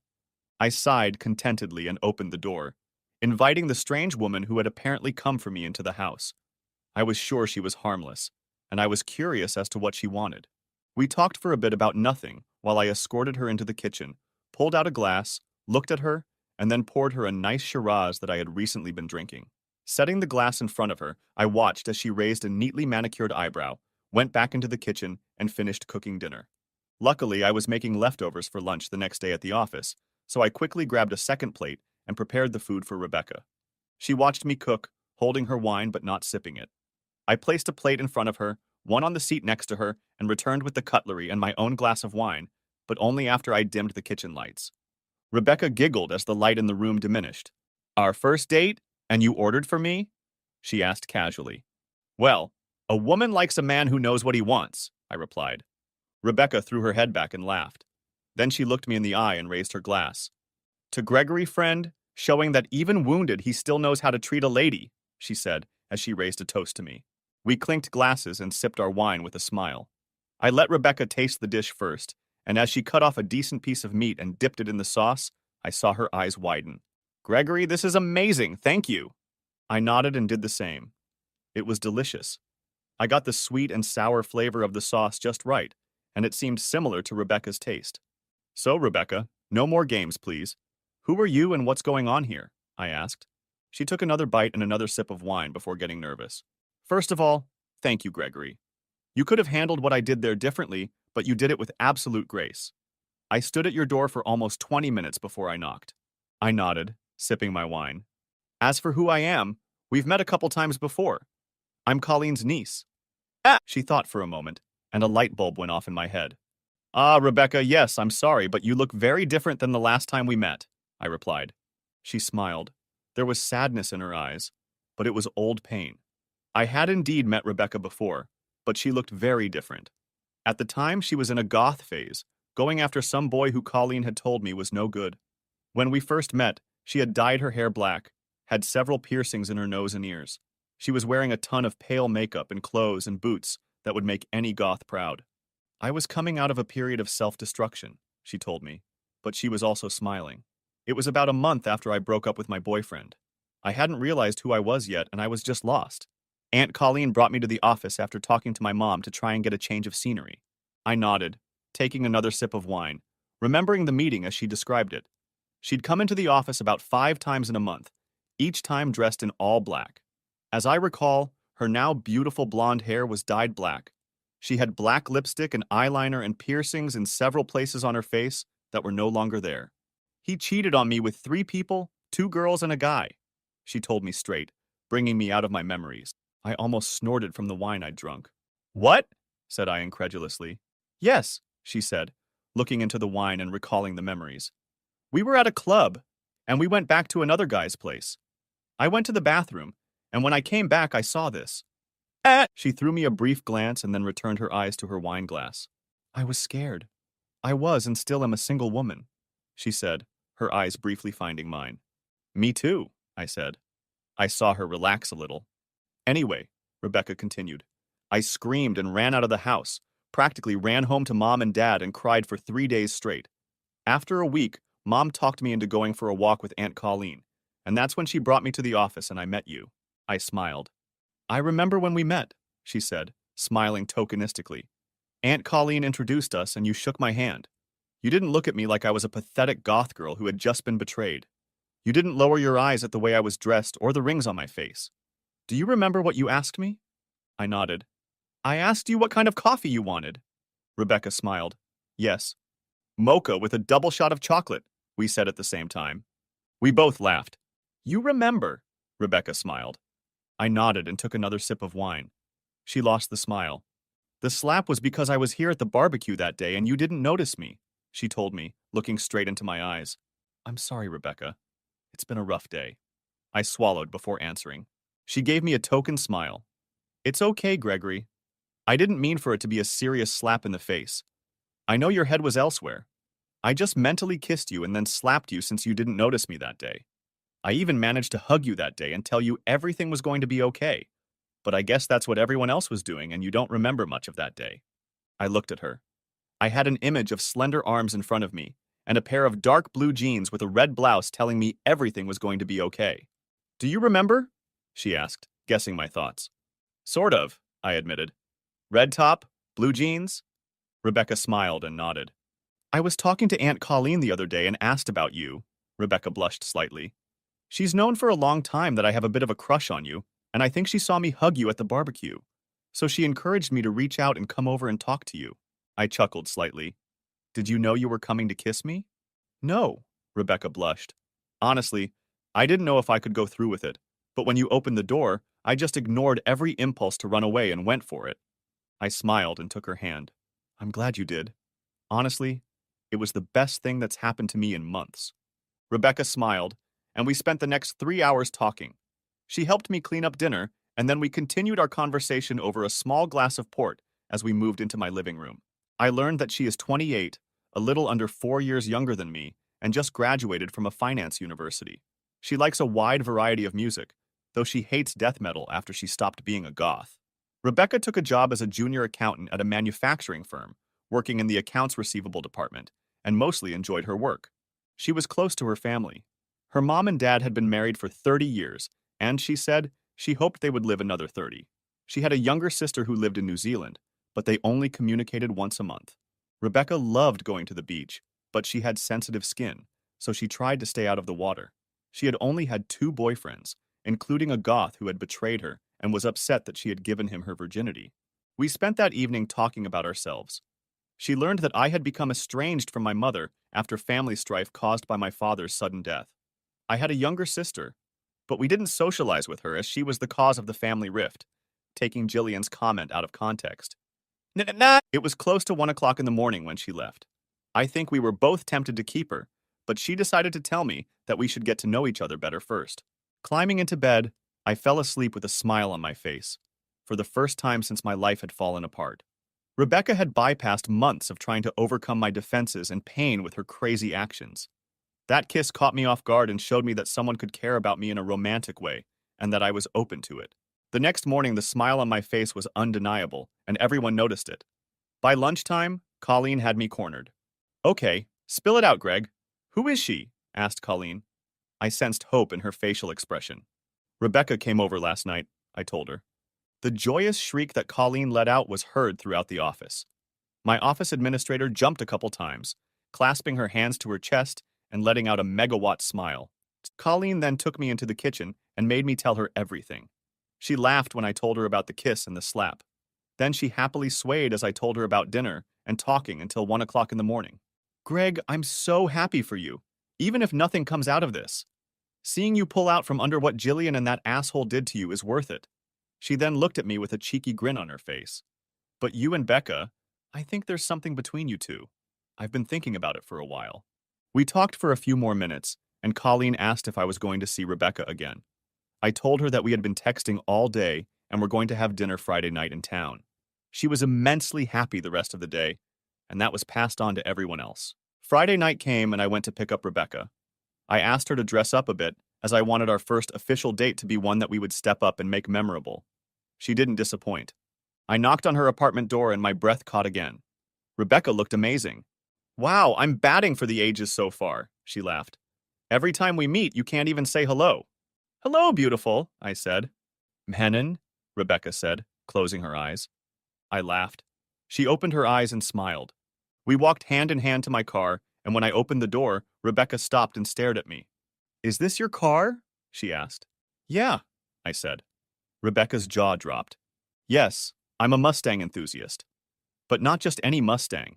I have a 1967 GT. It's classic gray with black racing stripes and classic trim, but with a modified exhaust. I'll be honest, I was surprised Jillian didn't try to get it in the divorce. But I guess she knew I would have killed her if she had tried. This car was my pride and joy, and only showed up for special occasions. I opened the passenger door for Rebecca. She lowered herself into the seat with a smile. When I started the car, Rebecca giggled and then laughed as the vibration of the V8 swept through the cabin. We drove into town, discussing our work weeks, how Colleen had talked to both of us, and that she had high hopes for us. We had dinner at an upscale Japanese restaurant. It served a variety of dishes, of which Rebecca and I tried several. Although I'm not much of a fan of the dish, we both tried a small amount of sake. Rebecca, like me, was convinced that sake was a fun drink for a date, but not for regular consumption. After dinner, we headed to the casino. We made a few bets and left with a little over $600 more than we had started with an hour before. There was also a club in the casino, so after getting dressed, we both headed in. It was an upscale club with a lot of people of different age groups, and everyone was dressed for a good night out. Several times throughout the evening, guys came up to her and asked her to dance. Like I said, she looked amazing, but each time she politely but firmly declined. One day, I was on my way back from the bar with a couple drinks for us when one guy stopped me by putting his hand on my shoulder. You're a lucky son of a bitch. I hope you know that. He said to me and then saw my blank expression. Your woman is a man. She's hot, but only has eyes for you. No offense, but I just asked her to dance while you were at the bar, but she flat out turned me down. I mean me turned down. The guy was sturdy and good-looking. Probably a personal trainer, football player or something. I got the impression he knew how to turn on the charm and had probably seduced more than one girlfriend or wife over the years, taking them away from their better half. But Rebecca had turned him down, and he knew there was no more chance. The guy patted me on the shoulder, smiled, and walked on. Saturday morning, I woke up slowly, smiling as I remembered the night Rebecca and I had spent together. We didn't get out of bed that weekend, only to take a bath or fetch food from the kitchen when it was time to go to work. I had to drive Rebecca back to her apartment in the dress she wore Friday night. By the time I got to the office, I had 2 more pictures of my girlfriend. In the second one, she took a pen and wrote Gregory's. Rebecca stayed with me every night that week, except Wednesday, when she had to work late in the office, and it was easier for her to get things from her place. Next chapter.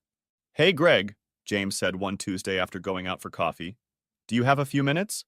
He said, without waiting for an answer, and closed the door.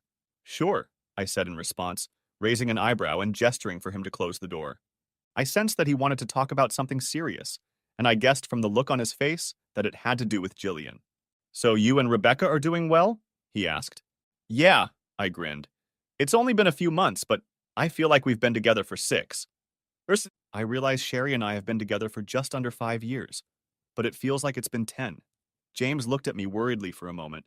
Yeah, but not in a bad way. I mean, I can't. I held up my hand and grinned. I understand, James, I do. It's not a bad thing. He nodded. Sherry and I are so happy to see a smile on your face again. By the way, we were wondering if you both would like to have dinner Saturday night at our house. There was something else in that. A nervousness based on hope. I don't think we have any plans, but I'll double check with Becky. He nodded. Um, Greg, said James, moving on to the topic he'd closed the door for. I sighed. Jillian? I asked. Sort of, James said. Do you know about the Kensington check we're doing? He asked. I answered and nodded my head. Of the two large multinationals we had taken on, Kensington was one of them. James was in second place studying the financial statements. Dad, we've run into a couple problems and I need some instructions, he said to me. Okay, show me what you have, I told him. James laid out some reports, but in addition to a number of problems, they indicated that one of their middle managers seemed to be ripping off the company and using the money to pay for a number of not-so-desirable services, from prostitutes to sending money to a mistress and child in the United States. Judging from the audit log, this had been going on for several years, but had not come under scrutiny because the man was quite clever, hiding savings on different cost centers and projects, never for the same amount, never from the same purchase order, and with payments to different bank accounts. However, because of the length of the case, it totaled just under $2 million. I sat there trying to make sense of it all. I was literally blown away by the implications. So, let me get this straight, I said to James. For a little over 4 years, he's been ripping off the company to pay for prostitutes. And for the last 3 years, it looks like he's been paying child support out of company money to a woman and child overseas. James nodded. Quite. Wow, I tried not to smile. So much for true love, James snorted. A month later, we gave Kensington the first report, but withheld details until the file tracking was complete. They were concerned that someone might be cheating them and agreed that they needed to know how deep the corruption went before taking action. We asked for another month of time, and they readily agreed. 2 weeks after that, on Friday night, when I returned home, I found that Becca had already let me in and had arranged a candlelight dinner. She poured me a Kraken and a Coke and herself a glass of red. While we dined on chicken Bos Kailoa, I eyed the box that stood between us. It didn't take center stage in the conversation, but Rebecca knew I was thinking about it.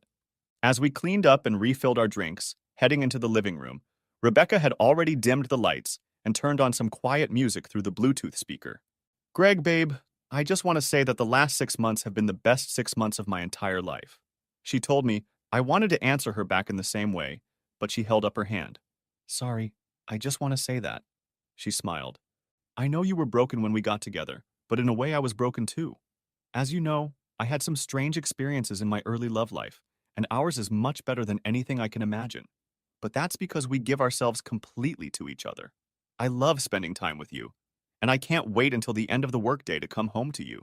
I told you that I've been in love with you since the day we met in your office, and it's true. But I am in love with you, Gregory the other. I really need you to know that when you open the box. With those words, Rebecca set her glass aside and handed me the box that had been on the kitchen table during dinner and was now on the floor in front of us. She held it out to me, but she didn't lift her glass, just looked at me expectantly. The box itself was small, about the same size as shipping a pair of headphones from Amazon. It wasn't sealed, and I carefully removed the lid to discover another box inside, but it had an envelope on it.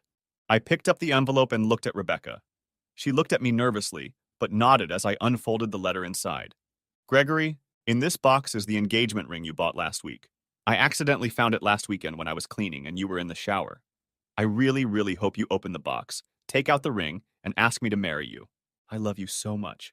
Sincerely and forever, Rebecca Brown. P.S. Love you, love you, love you. I looked again at Rebecca, who had hope written all over her face, and muttered to her, I love you too, as I opened the second box, and there, amongst a pile of tissue paper, lay the box I had bought with the engagement ring. Inside was a simple gold ring with a single diamond in a claw setting in the middle. I smiled at Rebecca, removing the ring box. I never looked in the ring box, baby, Rebecca told me. I wanted to, but I didn't. I nodded, then got up from the couch and knelt down in front of her. Even though Rebecca had organized this week's earlier than I had planned, she sighed, but smiled. Rebecca Brown, from the moment you showed up at my door, you have haunted me. You brought me to life and made me feel alive again. Before you kissed me that first time, I didn't think I'd ever see the sun again. When we first woke up together, you amazed me with your willingness to not only pursue, but to show me how much you wanted to be mine. In all the world, I couldn't imagine a more beautiful woman or a more perfect partner. You always surprise me by pushing my boundaries but never disappoint. I was planning on doing this in a couple weeks at your family barbecue. However, I don't think either of us can miss this moment. I opened the ring box.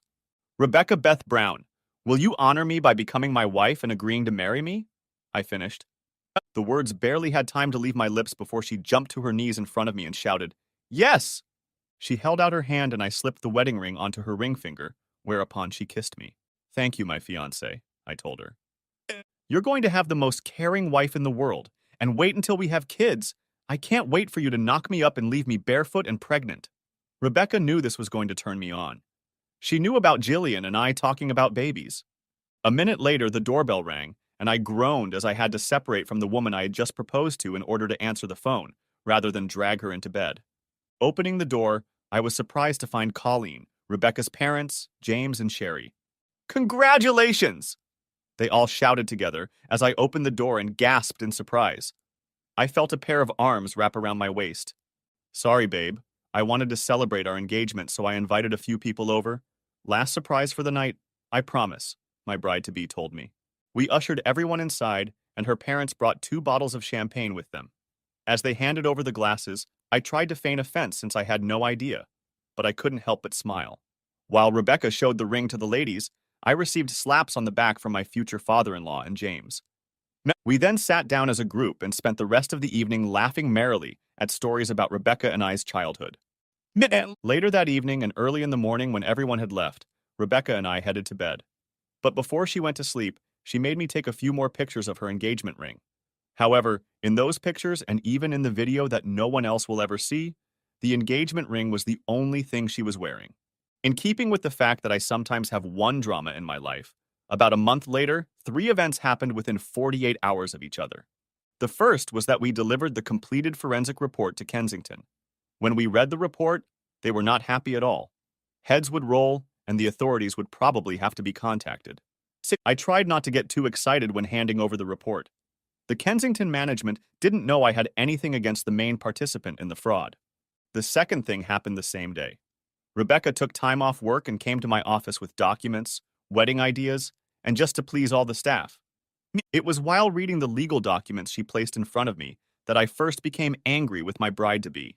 Becca, you've got to be kidding me with this document, I told her, getting more and more upset as I read. Well, baby, it should bring you a lot of peace of mind about our upcoming marriage. You'll be protected, your home, your business, everything. I know, Becca, but it's not fair to you. This prenup leaves you with almost nothing. No, it doesn't. It only leaves me with nothing if I cheat on you, which I will never do, she replied. In all other cases, the marital estate is split in half, and your business and trusts remain safe. Becca, baby, I said. I know you're just trying to show me how much you love me because of what Jillian did to me, but the protections I already have are enough. Rebecca held up a hand. I know, Greg. Believe me, I know, she told me, holding my hands. But this is my promise to you. I will only walk away with nothing if I cheat on you. Like I told you before, that will never happen. I took the pen and signed the document. I will trust you, Becca. I know, baby. Trust me, we'll put this in a drawer and never need it. We spent the rest of the day discussing this document several times. In the end, however, she was right, and the document went to the file cabinet drawer to collect dust. The third incident occurred the next evening at home. I had just gotten home, and Rebecca, who had moved in permanently, sent me to the shower. I was just coming out of it when I heard screaming. Throwing on my shorts, I hurried toward the exit. So I move out, and he moves in with some smeared horror. I heard my ex-wife yelling at my fiancé. I heard Rebecca's laughter. Honey, you just walked out the door. You left the most loving and kindest man on this planet, breaking his heart. And I'm not wearing makeup, Rebecca replied, using her fingers for quotation marks. I lingered in the hallway to avoid catching her eye. But slut! Yes, I agree with that. However, I am Gregory's personal whore. He receives my body gratuitously for his exclusive use. Can you say the same when you were married to him? My fiancé hissed back at Jillian. Why, you little goddamn whore. I heard Jillian shout, And a moment later, there was the resounding sound of a slap. I took that as my cue, hurrying the rest of the way into the room. Both women turned to me as one, though Jillian stood, covering the red stain on her cheek with her hand. I chuckled. Rebecca, I said with a smile on my face. Meet Jillian, my ex-wife. Jillian, meet Rebecca, my fiancée. Both women stared at each other and then separated as I stepped between them. Do you find this amusing, Greg? Asked Jillian to me. Actually, I said, pausing. Yeah, since you weren't invited and started yelling at my fiancé before you got slapped, I find it funny. Perhaps it's a little karma for the way our previous life together ended. Rebecca grinned at Jillian then, but I held out my hand. That's enough, Becca. She stepped back, continuing to stare at my ex. What do you want, Jillian? I said, sighing. Why did you do it, Greg? Why did you have to ruin my life? She asked, turning some of her anger on me. What do you mean, Jillian? I replied innocently. I've had nothing to do with you for almost a year now. As far as I can remember, you're the one who tried to ruin my life. You left me for true love, and damned the consequences. Behind me, Rebecca snorted. Jillian threw an angry glance at Rebecca, then at me. You didn't have to go off and destroy Troy, she said, with a mournful note in her voice. I laughed, causing Jillian to go slightly pale. You're going to have to be a little more specific, Jillian, I told her, crossing my arms over my chest. Rebecca automatically put her arm around my shoulders. It was other accounting that did the forensic audit of Kensington. It was your report that got Troy arrested. You didn't have to do that, said Jillian, her voice softer. What? I shouldn't report to the company I'm auditing that one of its employees defrauded them of just over $2 million that was spent on prostitutes and a woman and child in the United States? I asked my ex-wife rhetorically. Prostitutes? Said Jillian, turning white. A woman and a child? Obviously, whatever truth Jillian had been told, it lacked substantial detail. I leaned forward. Yes, Jillian. The true love you left me for has a woman and child in the States. On top of that, he stole company money to pay for it. It's all in the report. I can send it to you if you'd like. She sank to the ground, and the world around her collapsed. For the first time since this all started, I saw that she was lost. Everything she had told herself about her life was crumbling. Rebecca and I watched as she slumped to the ground on the porch. He got arrested, you know, Jillian told us, the anger from before gone, and the grief in her voice now sounded hollow. I didn't know Troy had been arrested, but I suspected the authorities wouldn't want to talk to him anytime soon. We've been married less than 3 months, and he spent a month of that in the States, Jillian told us. As we watched, Jillian began to sob. I'd be lying if I said I didn't feel sorry for her. After all, I'd been married to her for years. I'd hugged her body in a fit of passion. We'd talked for hours and shared dreams. Yes, I sympathized with her, but at the same time she was also my tormentor. Cruelly and heartlessly, without a second thought, she discarded me. I'm a kind man. But when it came to Jillian, I couldn't be so kind anymore. What should I do, Greg? Asked Jillian, looking at Rebecca and me. Rebecca answered for me. You have the guts to ask him that after what you did to him, Rebecca said firmly, but surprisingly without venom. Some of the fire returned to Jillian. He was mine long before he was yours, Jillian replied. Rebecca laughed and hugged me tightly again. He was never truly yours, Jillian. You never really let him into your heart. You never gave yourself to him 100%. You must have always kept a part of yourself away from him to do what you did to him. That's not true, Jillian protested, shaking her head and looking at me. I just stood as still as a statue, watching the conversation unfold. I gave myself completely to Greg when we got married. Rebecca laughed. Of course you did. That's why, as soon as your true love returned, you started sleeping with him behind your husband's back. That's why you humiliated him in front of a group of people and tried to take away his house, investments, and even his business. Isn't that right? I mean, that's giving yourself completely to Greg. For a moment, Jillian was silent. If a person could become transparent and disappear, I had a feeling it was happening right in front of our eyes.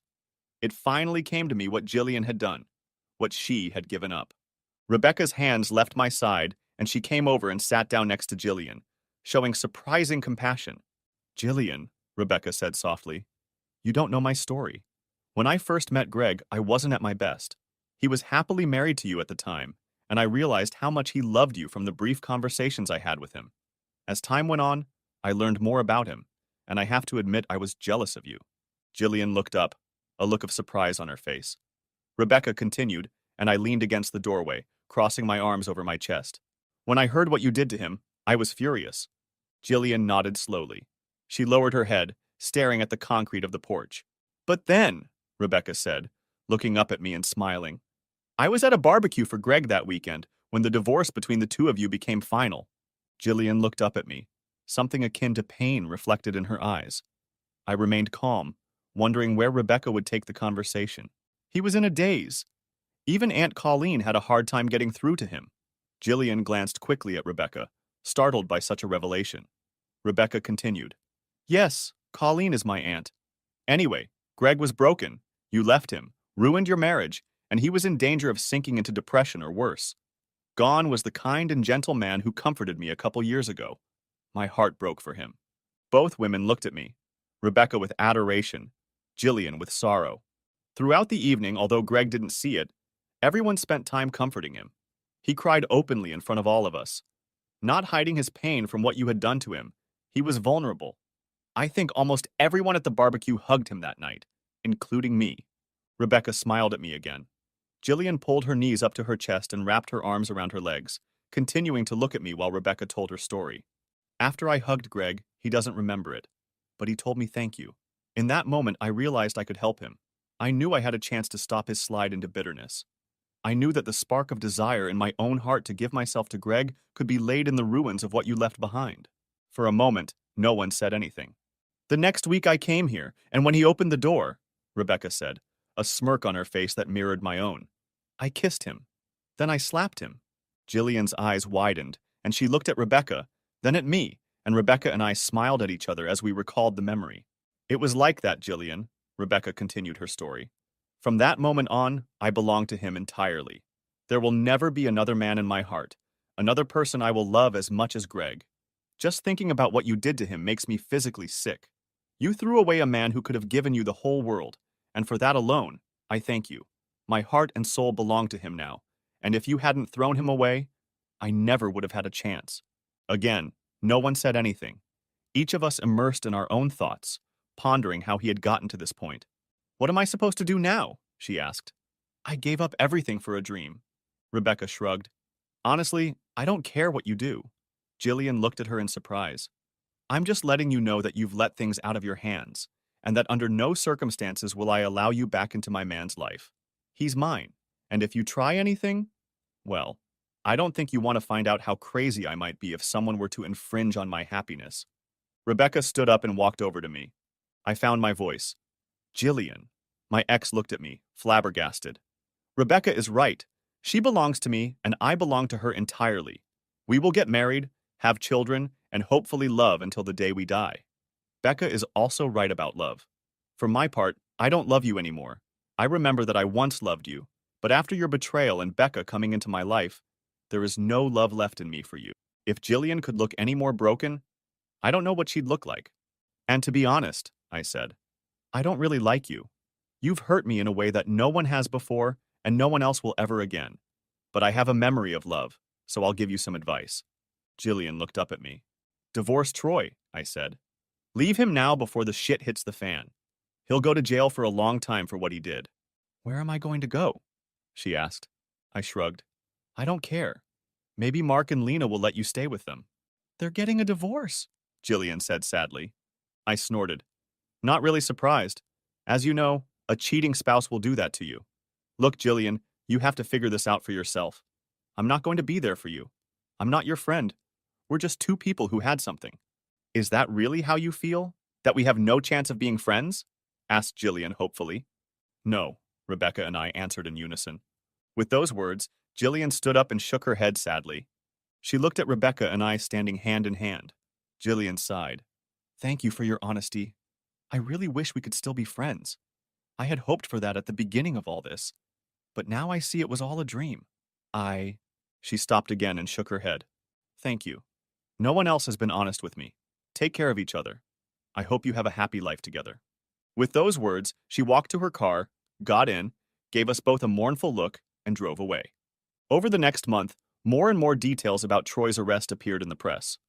Our audit that uncovered the fraud was in the news, and eventually, by the end of the year, we had to nearly double our staff due to the demand for our services. Rebecca and I were married in a small ceremony among friends and family. We went on our honeymoon to North Queensland, spending a luxurious 2 weeks on the golden beaches of the Sunshine State. When we returned, we got into a rhythm of work, lovemaking, and dreaming of the future. We started talking about kids. Rebecca agreed that she wouldn't take birth control, and we would see what would happen. 9 months later, Sarah was born. Just under 2 years after that came twins Henry and Peter, and last born was our baby girl Bridget. After Bridget was born, Rebecca and I decided that 4 was enough, and I went in for surgery. In the years that followed, our lives were rich and fruitful in ways I could never have imagined. Sure, we had the usual family problems, quarrels, and the like, but there was a lot of love in our home, and it never waned over the years. The epilogue is 32 years later. It was a crisp winter morning when the kids and I laid Rebecca to rest. Her battle with cancer had only lasted 2 years. Until the very end, Rebecca gave the kids and me everything she had. Even in her weakened state, we often lay together as husband and wife, and Rebecca told me she needed to feel her husband's love. Baby, Rebecca said in pain, but even under the influence of the medication remaining alert. We snuggled together on the bed. You're going to be okay, you know that. I'm not going to leave you alone. I snorted. I know we'll only be apart for a few years before I come to find you, I told her, stroking her now graying blonde hair. Rebecca smiled. Like Canada, then? We both smiled, remembering how I had gotten stuck in a blizzard just an hour away from the cabin where Rebecca was waiting for me. For nearly 3 weeks, we'd only communicated via FaceTime. Well, yeah, I replied, and we both smiled. Are you going to miss me? She asked. I snorted again. As if you need to ask, you know I'll miss you with all my soul, I replied. We lay together and words were not needed. After a while, she grabbed my hand, clenching her fists. I'm scared, baby, Rebecca told me. She was crying quietly. I know there's not much time left. I can feel my body shutting down. Her tears hit my chest. At the same time, I felt myself pulling away from her. Married for over 30 years, 4 children, 6 grandchildren, and another on the way. Traveled the world together. And now this, I whispered. I'll be here the whole time. I'm not going anywhere. I know, Rebecca replied. It's the only thing that gives me strength. The next day, the children came with their families, and we all sat with Rebecca. She was much weaker than yesterday, and we could all tell she was about to pass away as her skin changed color from pink to orange and then lost color altogether. Throughout the day, we reminisced and laughed at the stories. We cried and even sang songs in those final hours. The kids said goodbye and stood around the bed, and I sat down and hugged my wife. I love you, I told her, feeling that our time together would only last a few minutes. I felt tears come to my eyes. And I love you, she said weakly. Her eyes began to dim. In front of us were Rebecca's last moments in this world. Her fragile hand reached up and lightly slapped my cheek, reminding me of our first day together. We smiled and she reached for my shirt, pulling me to her as I leaned in and kissed her. Suddenly, all the previous years seemed to vanish into thin air. In my arms, like my bride in her first kiss, not a wrinkle on her face, not a cancer eating away at her body. We were young and vibrant. Her eyes were bright, and the love she had for me almost overwhelmed me. I froze in place, snuggled against her, closing my eyes and feeling my tears stain the sheets as she walked away. I cried, feeling like a part of myself was lost forever. My family surrounded me, and we cried openly and loudly. Rebecca, my wife, the mother of all my 4 children, was my true love, my soulmate, and I knew I would never be the same without her in my life. But I was also happy. She was no longer in pain from the ravages of cancer on her body. After that, I knew that even if she wasn't with me, I would have daily reminders of our life together. We had our children, and almost every weekend one of them would be by my side, or I would visit them. James and Sherry and their brood were often around too. No one let me be lonely. As the months passed after Rebecca's death, I rejoiced in my family, rejoiced in my friends.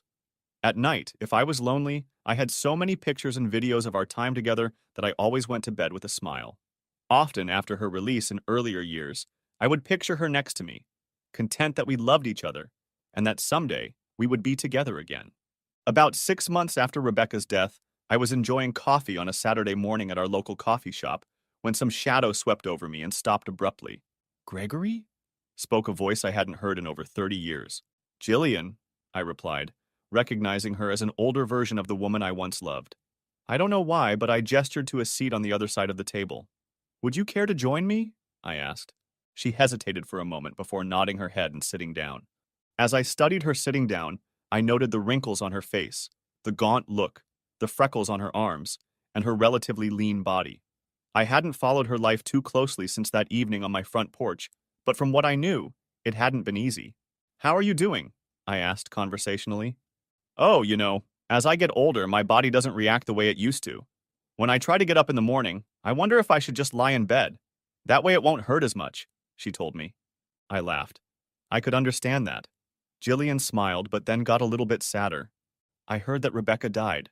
"I'm sorry, Greg," she said with genuine regret, which surprised me. "Thank you," I said to my ex-wife. "I miss her terribly, but she's always in my heart and still in my sight every day," I replied, smiling as I remembered how Rebecca and I had sat at this very table several times over the years.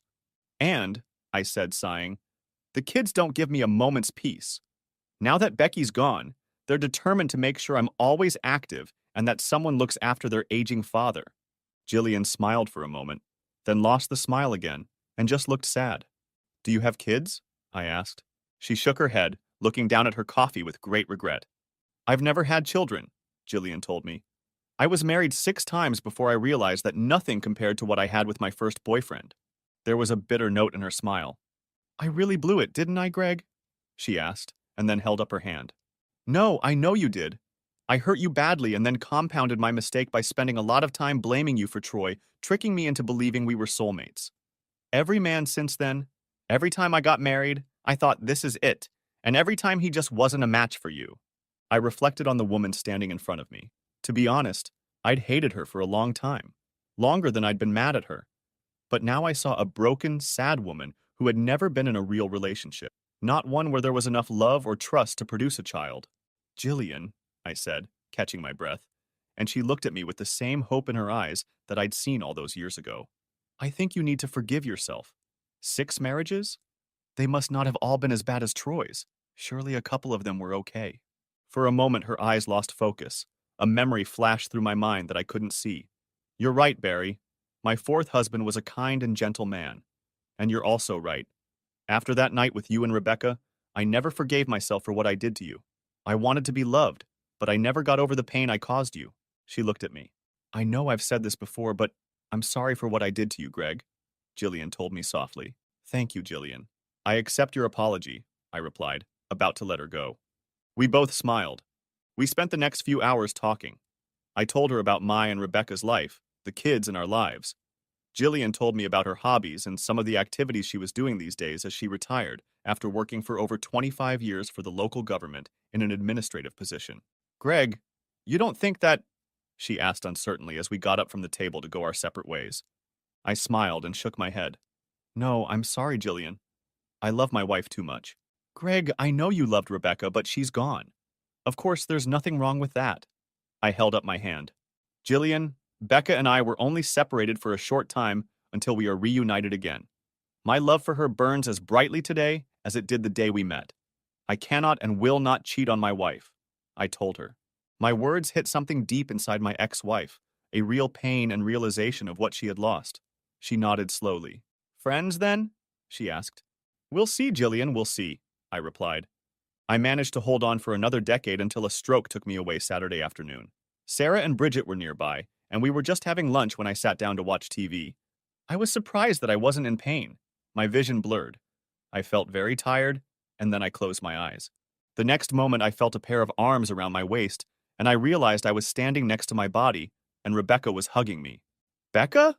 I asked. "It's okay, baby, it's your time," she told me. "The kids?" I asked. "It's going to be okay," she told me. "You haven't noticed how much you've slowed down in the last month, but they have. They're ready." I nodded. "This is real, isn't it? It's not just my dying brain's imagination?" I asked my wife. She laughed, pulled me to her, and kissed me. "If it is, what a way to go. Kissing your wife until your last breath." I smiled. "But no, it's real here. Look, the girls are coming," said Rebecca to me. For the next hour we stood and watched my family gather around and cry. But I noticed the laughter too. My children were telling stories about Rebecca and me growing up. They laughed and cried in equal measure. Rebecca and I stood and watched with our arms wrapped tightly around each other, proud that our family was strong and would make it through the future without us. When the paramedics arrived and took my body away, Rebecca and I took turns hugging and kissing the kids. We knew it would be a long time before we saw them again. They didn't notice us, just a slight movement of air. "Come on, baby," Rebecca said, wiping tears from her eyes. "I have a lot to show you. You're going to love it. We have so much love to make up for." "Don't I have to go to God or something?" I asked. "Well, yeah, he's waiting for you. But don't worry, he's a good guy." She smiled. I stopped for a moment and looked Rebecca over from head to toe. Her body looked the same as it did before we conceived Sarah. However, my body looked about the same too. "Wait, there's entertainment in heaven?" I asked. Rebecca smiled. Rebecca looked at me with blazing eyes, grabbed my hand and pulled me in a certain direction. "Come and find out my true love," she told me, and there was sensuality in her voice. "Come and find out." The end. Thanks for watching. I hope you enjoyed it. So subscribe to my channel and watch the next video.